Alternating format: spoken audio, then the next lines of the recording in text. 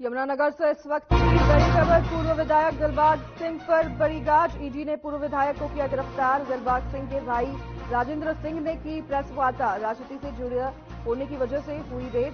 दिलबाग राजनीति करता है, कोई कारोबार नहीं। सभी रेड विपक्ष के ऊपर हो रही है। पूर्व विधायक दिलबाग सिंह पर ईडी की गाज। ईडी ने पूर्व विधायक को किया गिरफ्तार। इस वक्त की बड़ी खबर यमुनानगर से आपको बता रहे हैं। पूर्व विधायक दिलबाग सिंह पर ईडी की गाज पड़ी है। ईडी ने पूर्व विधायक को गिरफ्तार कर लिया है, जिस पर दिलबाग सिंह के भाई राजेंद्र सिंह ने प्रेस वार्ता की है। प्रेस वार्ता के दौरान भाई राजेंद्र सिंह ने कहा, राजनीति से जुड़ा होने की वजह से ये रेड हुई है। दिलबाग राजनीति करता है, कोई कारोबार नहीं करता है। उन्होंने कहा कि सभी रेड विपक्ष के ऊपर हो रही है। यमुनानगर से इस वक्त की बड़ी खबर आपको बता रहे हैं। पूर्व विधायक दिलबाग सिंह पर ईडी की गाज पड़ी है। पूर्व विधायक को ईडी ने गिरफ्तार कर लिया है। दिलबाग सिंह के भाई राजेंद्र सिंह ने इसी दौरान प्रेस कॉन्फ्रेंस कर बताया कि राजनीति से जुड़ा होने की वजह से दिलबाग सिंह पर यह रेड हुई है। उन्होंने कहा, दिलबाग राजनीति करता है, कोई कारोबार नहीं करता। उनका दूसरा बयान भी सामने आया है, जिसमें उन्होंने कहा कि सभी रेड विपक्ष के ऊपर हो रही है। यमुनानगर में पूर्व विधायक दिलबाग सिंह पर ईडी की गाज पड़ी है। ईडी ने पूर्व विधायक को गिरफ्तार कर लिया है। दिलबाग सिंह के भाई राजेंद्र सिंह ने इसी दौरान प्रेस वार्ता कर कहा कि राजनीति से जुड़ा होने की वजह से ये रेड पड़ी है। दिलबाग राजनीति करता है, कोई कारोबार नहीं करता।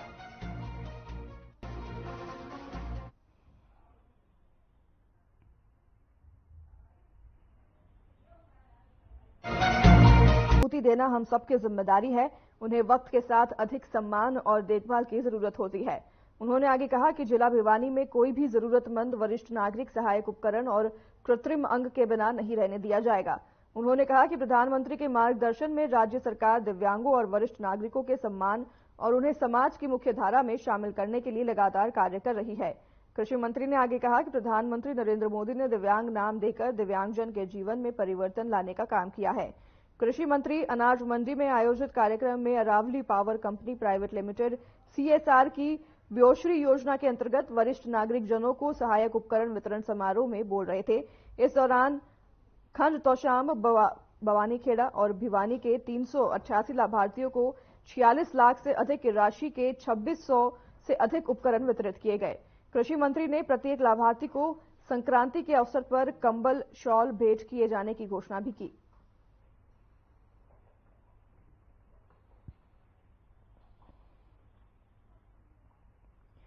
हरियाणा के कृषि और पशुपालन मंत्री जेपी दलाल का बयान सामने आया है।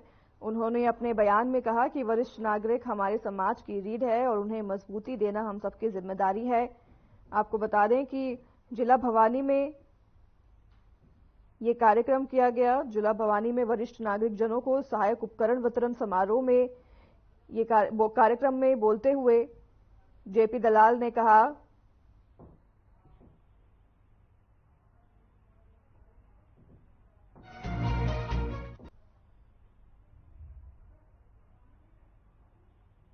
फरीदाबाद में आगामी 17 जनवरी से 20 जनवरी तक चलने वाले इंटरनेशनल साइंस फेस्टिवल कि हरियाणा को चुना है 17 से 20 तक जो ये फेस्टिवल होगा, यहाँ जमावड़ा होगा साइंटिस्ट और देश और विदेश के जो साइंटिस्ट आएंगे और इससे आने वाले समय के लिए फरीदाबाद जैसे औद्योगिक क्षेत्र को बढ़ावा मिलेगा।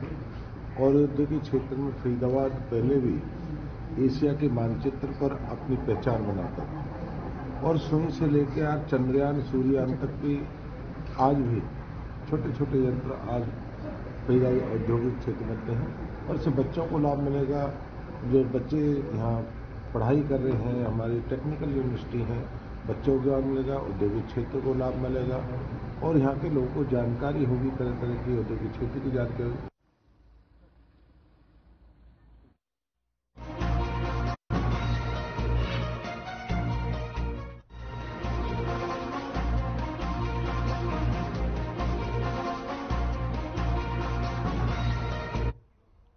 कुरुक्षेत्र में डेयरी फार्मिंग एसोसिएशन की ओर से थीम पार्क में आयोजित 5वें एक्सपो में बतौर मुख्य अतिथि राज्य मंत्री सरदार संदीप सिंह ने कहा कि पशुपालन को बढ़ावा देने के लिए प्रदेश सरकार ने कई योजनाएं चलाई हुई हैं, जिनसे पशुपालन आर्थिक रूप से सक्षम बन रही है। उन्होंने आगे कहा कि प्रधानमंत्री नरेंद्र मोदी का विजन है कि कृषि क्षेत्र से जुड़े युवा विदेश में जाने की बजाय यहीं पर अपना रोजगार स्थापित करें और देश की उन्नति में योगदान दें। उनकी प्रतिभा इसी देश के काम आए। ऐसे श्रृंखला में मुख्यमंत्री मनोहर लाल ने डेयरी एवं पशुपालन विभाग के जरिए ऐसी योजनाएं चलाई हैं जिससे पशुपालन प्रति माह लाखों रुपए कमा रहे हैं। साथ ही उन्होंने बताया कि डीएफए का उद्देश्य किसानों को उत्तम नस्ल के पशु पालने के प्रति जागरूक करने के साथ साथ उन्हें प्रोत्साहित करना भी है।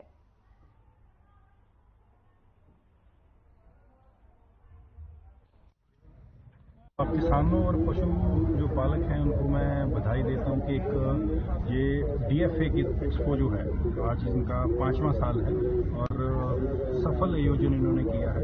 मैं खुद पूरी एक्सपो को विजिट किया है और इसमें जो फार्मर है उनको कैसे आगे बढ़ने की सारी टेक्निक मशीन्स जो चाहे वो इंपोर्ट होती हैं चाहे हिंदुस्तान में बनती हैं और फीड से लेकर हर चीज़ की यहाँ पर टेक्निक और बताया जाता है, जिससे कि किसान जो है अपनी खेती और अपना जो यंत्र है उसको कैसे आगे उससे बढ़कर अपने खेती को और उसके जो मतलब फसल प्राप्त होती है उसको कैसे बढ़ाया जाए, वो यहाँ से पता चलती है। और ये ऐसे एक्सपो जो है मुझे लगता है कि हिंदुस्तान में जहाँ जहाँ एग्रीकल्चर का जो लैंड है वहाँ पर हमें लगाने।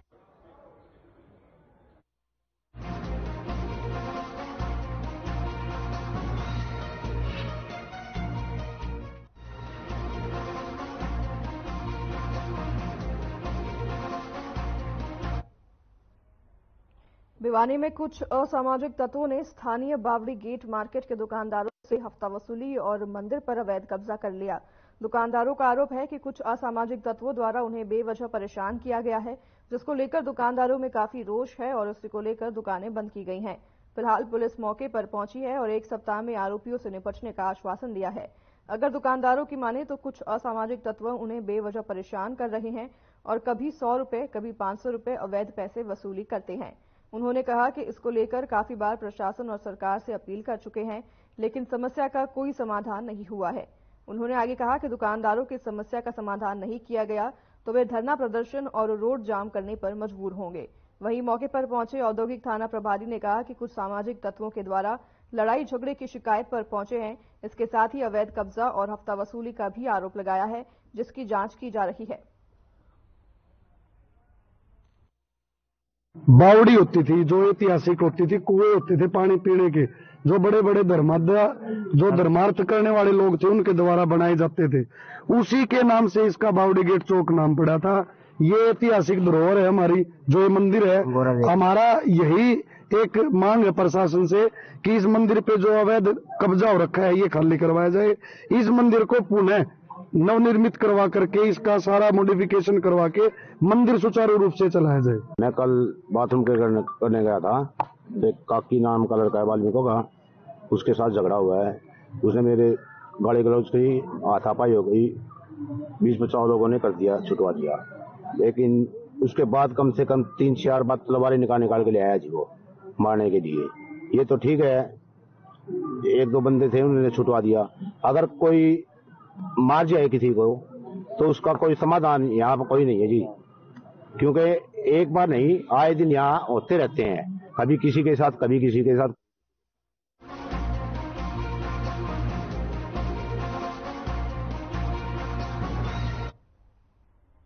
फरीदाबाद में आगामी 17 जनवरी से 20 जनवरी तक चलने वाले इंटरनेशनल साइंस फेस्टिवल 2023 की तैयारियों के मद्देनजर फेस्टिवल को लेकर ब्रोशर लॉन्च किया गया है, जिसमें मुख्य अतिथि हरियाणा प्रदेश के उच्चतर शिक्षा मंत्री मूलचंद शर्मा पहुंचे। उन्होंने कहा कि सौभाग्य की बात है कि यहां इस फेस्टिवल में देश और विदेश से साइंटिस्ट पहुंचेंगे। इसके अलावा देश भर से करीब 10,000 साइंटिस्ट और बायोटेक क्षेत्र से जुड़े विद्यार्थी और साइंस के क्षेत्र में कार्य कर रही कंपनियां भी हिस्सा ले रही हैं।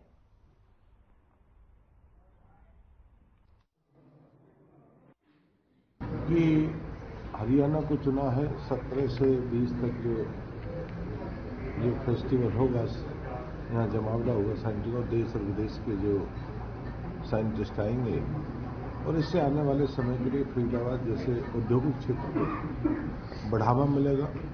और औद्योगिक क्षेत्र में फरीदाबाद पहले भी एशिया के मानचित्र पर अपनी पहचान बनाता है और सुई से लेकर आज चंद्रयान सूर्ययान तक की आज भी छोटे छोटे यंत्र आज फरीदाबाद औद्योगिक क्षेत्र बनते हैं और इससे बच्चों को लाभ मिलेगा।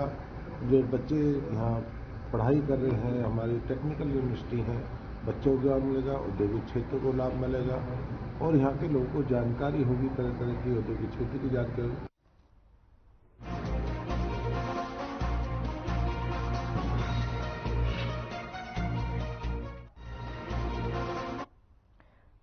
फोर्टिस हेल्थकेयर ने Fortis institute of blood disorders launch करने की घोषणा की है और इस उन्नत सुविधा को ब्लड कैंसर और रक्त संबंधी अन्य विकारों के विशेष उपचार के मकसद से शुरू किया गया है।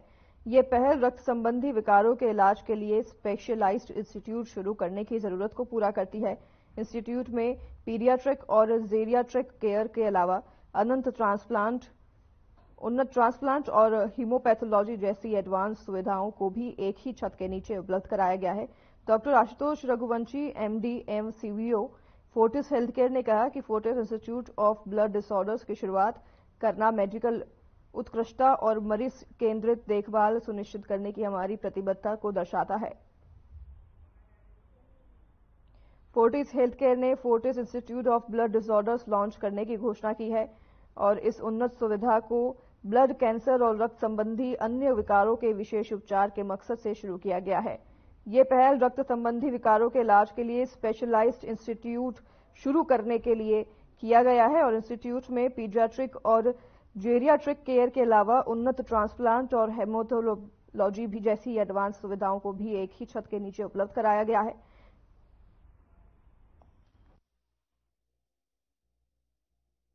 तो ब्लड कैंसर के लक्षण बहुरूपी होते हैं, जैसे ट्यूबरक्लोसिस के लक्षणों में बुखार आता है, वजन कम होता है, पेट में दर्द रहता है, खांसी लंबे समय तक रहती है, गांठें शरीर में इकट्ठी हो जाती हैं, रात में पसीना आता है, तिल्ली बढ़ जाती है। ये आम लक्षण है ब्लड और ब्लड कैंसर के। जब ये इंस्टीट्यूट खुलते हैं, इससे आप ये मान के चलिए 20 से 30% कॉस्ट कम हो जाती है, क्योंकि जब आपके माध्यम से लोगों तक लक्षण पहुंचते हैं तो वह ऐसे इंस्टीट्यूट तक जल्दी पहुंचते हैं। अगर हम एक स्टडी देखें, जब आदमी को बिहार में पहली बार ऐसे लक्षण होते हैं और वो एम्स तक पहुंचता है, उसे 1.5 महीना लगता है और वो 2 लाख रुपए का खर्चा कर चुका होता है। अगर वो पहली बार में इन लक्षणों को सुन के ऐसे इंस्टीट्यूट से मदद लेगा तो जो अपेरेंटली फोर्टिस जैसे अस्पताल आपको महंगे लगते हैं वो भी सस्ते लगने लगेंगे, क्योंकि वो वैल्यू फॉर मनी है। और जिस प्रकार के इंस्टीट्यूट है, इसमें आर्थिक अनुदान भी लोगों को मिलना शुरू हो जाता है, क्योंकि बहुत सारी CSR की कंपनीज हैं जो लोगों के लिए मदद करते हैं। पीडियाट्रिक कैंसर को लेकर, पीडियाट्रिक कैंसर जो बच्चों में ब्लड कैंसर होता है, उसके लिए बहुत सारे लोग अनुदान देते हैं, जिसके माध्यम से 90% बच्चे हमारे आज असिस्टेड तरीके से ठीक हो जाते हैं। तो आज शायद हम पूरे देश का उत्थान नहीं कर पाए, बट ऐसी कोलैबोरेशन वीरेंद्र यादव जी के नेतृत्व में अगर हम कोलैबोरेशन करते हैं, सरकारी अस्पतालों में अपनी सहायता देते हैं फ्री ऑफ कॉस्ट उन्हीं की दवाइयों से, तो मेरा विश्वास ये है कि हम 100% लोगों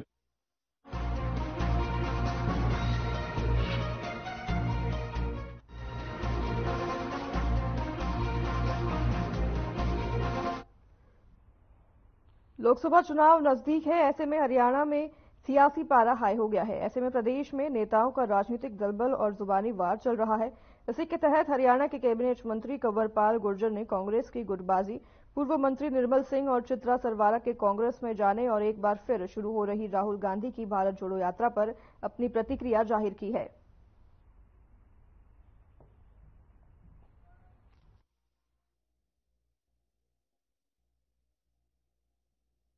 देखिए, राहुल गांधी जी ने पहले भी बड़ी यात्रा की, कोई मैसेज छोड़ नहीं सके, और मुझे लगता है कि अब की बार भी जो यात्रा करेंगे कोई मैसेज मुझे लगता है दे सकता है मैसेज। बहुत ठीक है, अभी अपनी यात्रा शुरू करें।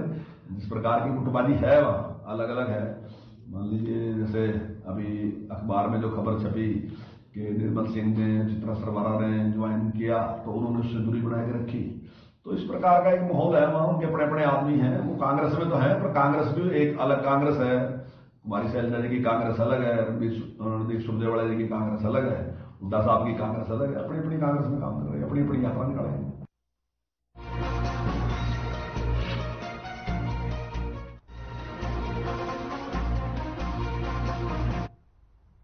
कांग्रेस में वापसी कर चित्रा सरवारा काफी उत्साहित नजर आई। अंबाला पहुंचने पर पहली बार पत्रकारों से रूबरू हुई। उन्होंने कहा कि उनके सभी समर्थकों का ये एक मत था कि आगे की राजनीतिक लड़ाई कांग्रेस के झंडे के नीचे और राहुल गांधी के नेतृत्व में लड़नी है, इसलिए कांग्रेस में वापसी की गई है, जिसके चलते राजनीतिक लड़ाई और अपनी आवाज दोनों को बुलंद करेंगे। और क्या कुछ उन्होंने कहा इस दौरान आपको भी सुनाते हैं।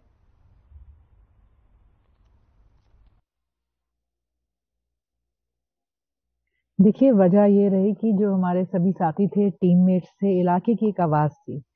जो सबका मन और मत था वो ये था कि आगे की जो भी लड़ाई है वो हम सशक्त तौर पर कांग्रेस के झंडे के नीचे और राहुल गांधी जी के नेतृत्व में बेस्ट लड़ सकते हैं।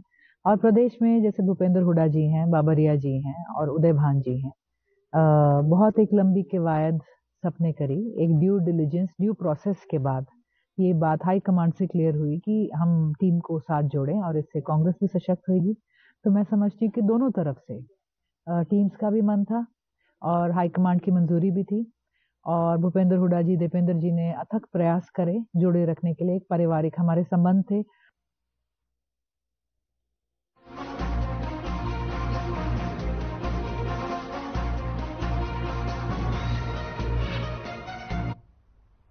फरीदाबाद में 2 जगह से आग लगने की खबर सामने आई। ओल्ड फरीदाबाद रेलवे स्टेशन के पास लकड़ी के गोदाम में आग लग गई, जिसे फायर ब्रिगेड के कर्मचारियों के लोगों ने बुझाया। और तो वहीं सेक्टर 24 स्थित विधायक नरेंद्र गुप्ता की नरेंद्र पॉलीमर कंपनी भी आग की चपेट में आ गई।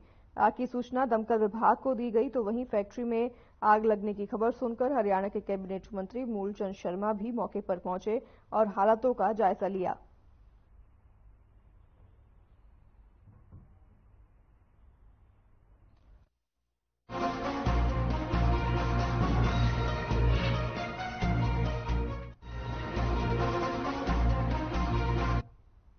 यमुनानगर के बुढ़िया पुल के पास एक हादसा हुआ। जिस किसी ने भी ये हादसा देखा उसके रोंगटे खड़े हो गए, लेकिन गनीमत ये रही कि किसी को कोई जान नुकसान नहीं हुआ। बता दें कि शाम के करीब 5 बजे जगाधरी से देवघर स्विफ्ट कार में सवार 4 युवक अचानक से यमुना नहर कार समेत यमुना नहर में जा गिरे। अच्छी बात यह रही कि स्विफ्ट कार की खिड़कियां अनलॉक हो गई और सभी युवक तैरना जानते थे और वे सुरक्षित तैरकर बाहर आ गए। हालांकि इस हादसे में किसी की जान नहीं गई, लेकिन कार पूरी तरह से क्षतिग्रस्त हो गई है। हादसे की जानकारी बुढ़िया थाने पुलिस को दी गई। इसके बाद टीम मौके पर पहुंची और क्रेन की मदद से कार को बाहर निकाला। कार में सवार सभी युवक गांव खरीदी के रहने वाले हैं। इस पर बुढ़िया थाने के एसएचओ भूपेंद्र राणा ने बताया कि शाम करीब 5 बजे हमें सूचना मिली कि कार अचानक से यमुना नहर में जा गिरी। इसके बाद पुलिस ने रेस्क्यू कर कार को बाहर निकाला। उन्होंने बताया पुल के पास एक मोड़ है जिसकी वजह से ये हादसा हुआ था।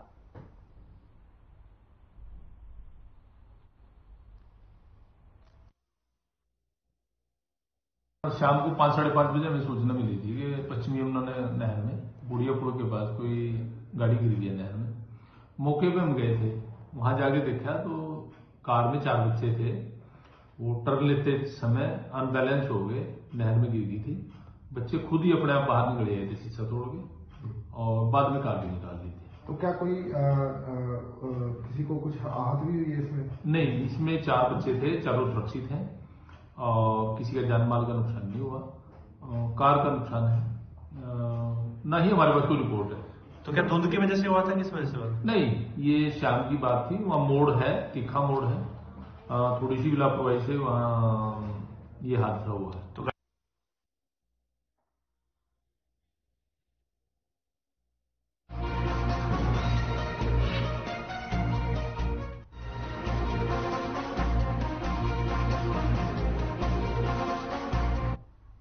आतंकवादी, गैंगस्टर और ड्रग तस्कर गठजोड़ को तोड़ने के लिए एनआईए ने शनिवार को गैंगस्टर लॉरेंस बिश्नोई के संगठित आतंकी और अपराध सिंडिकेट के सदस्यों की 4 संपत्तियों को जब्त कर लिया है। ये संपत्ति हरियाणा समेत 3 अन्य राज्यों में है। बता दें कि हरियाणा के यमुनानगर में काला राणा के पिता जोगिंदर सिंह की फॉर्च्यूनर गाड़ी को भी एनआईए की टीम ने सीज किया है। इसके अलावा उनकी प्रॉपर्टी को भी अटैच किया गया है। एनआईए की टीम ने कल देर शाम फॉर्च्यूनर कार को सीज करके गांधीनगर थाने को सौंप दिया है। गांधीनगर थाने के सब इंस्पेक्टर सुभाष चंद्र ने बताया कि ये फॉर्च्यूनर गाड़ी राणा गैंग की है और जोगिंदर सिंह के नाम है, जिसे एनआईए ने सीज करके गांधीनगर थाने को सुपुर्द कर दी है।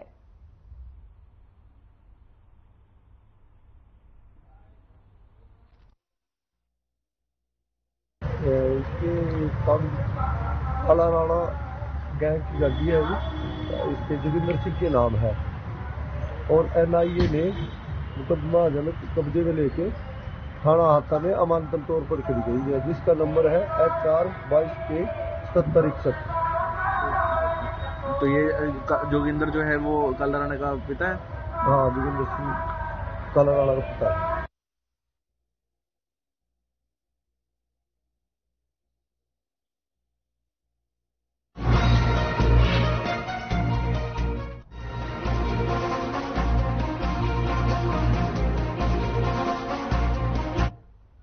पूरे उत्तर भारत में कड़ाके की ठंड का प्रकोप जारी है। लगातार कोहरा पड़ने से एक तरफ जहां वाहनों की रफ्तार पर ब्रेक लगी है, तो वहीं ठंड लगातार बढ़ती जा रही है। ठंड से बचने के लिए लोग ही नहीं बल्कि जानवर भी अलाव का सहारा ले रहे हैं। बढ़ती ठंड का लोगों के कारोबार पर काफी असर देखने को मिल रहा है। ठंड के कारण लोग अपने घरों में दबकने को मजबूर हो गए हैं। मौसम विभाग की माने तो अगले कुछ दिन और लोगों को ठंड से राहत मिलने वाली नहीं है।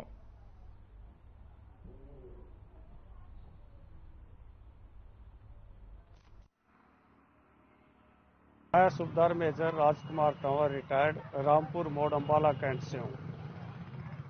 जब से 2024 लगा है तब से ठंड का प्रकोप उत्तर भारत में बहुत ज़्यादा बढ़ा हुआ है।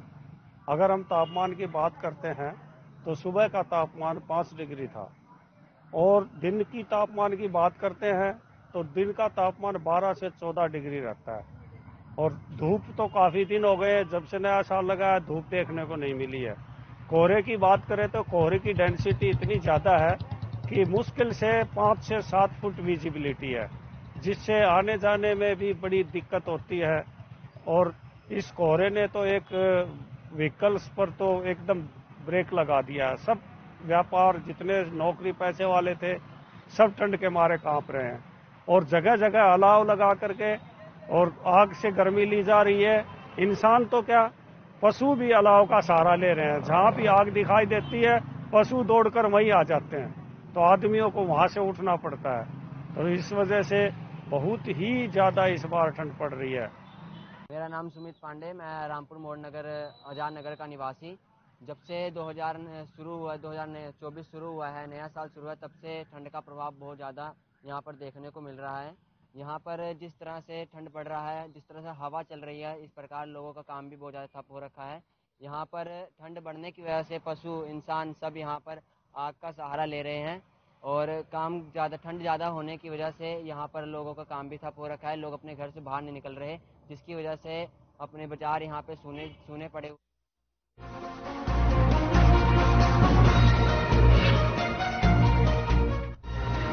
Hey, look, I can